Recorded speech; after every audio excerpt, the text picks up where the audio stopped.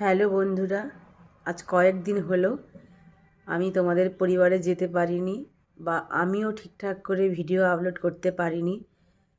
কারণ আজ 4 দিন আগে আমার মেজদা মানে আমার বরের মেজদাদা পরলোক গমন করেছেন। তো এই কারণেই আমাদের বাড়িতে সবার ভীষণ মন খারাপ, আমরা ভীষণভাবে শোকাহত মর্মাহত।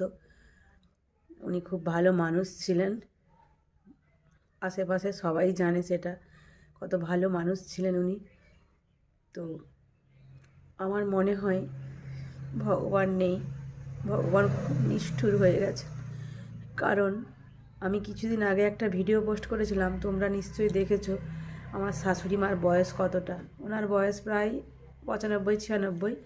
তো এই বয়সে ওনাকে এতটা আঘাত পেতে হবে, এটা কল্পনার বাইরে। মানে এটা আমরা সহ্য করতে পারছি না। উনি এত কষ্ট পাচ্ছেন, এত চিৎকার করে কান্নাকাটি করছেন, ওনাকে আমরা মানে ঠিকঠাকভাবে রাখতে পারছি না, ওনার খুবই কষ্ট হচ্ছে।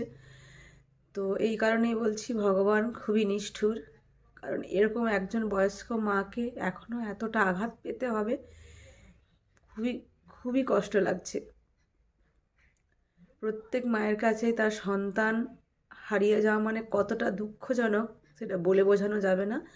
তো এরকম একটা বয়সে এসেও যে এতটা আঘাত, মানে সেটা আমরাও সহ্য করতে পারছি না। এই জন্যেই বলছি ভগবান নিষ্ঠুর।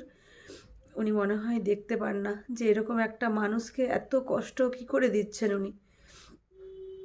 এত বয়স্ক মা, তার কোলে যদি সন্তান চলে যায়, মায়ের কতটা কষ্ট সেটা তোমাদের বলে বোঝাতে পারবো না। আমার শাশুড়ি মা খুবই কষ্ট পাচ্ছেন। তো যাই হোক, আমরা সবাই জানি, আমরা যারা এই প্ল্যাটফর্মে কাজ করি, আমরা প্রতিদিনই আমাদেরকে আপলোড করতে হয় গুড মর্নিং, গুড নাইট বা রিল ভিডিও, যাই হোক।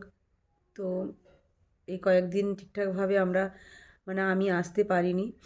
তো এবার থেকে চেষ্টা করব একটু একটু করে তোমাদের পরিবারে যাওয়ার, বা আমিও ঠিকঠাক করে ভিডিওগুলো আপলোড করব। কারণ নিয়মের সঙ্গে আমাদের সব কিছু মানিয়ে নিতে হবে, চলতে হবে। তো সেইভাবেই চলবো, আর বেশি কিছু বলবো না।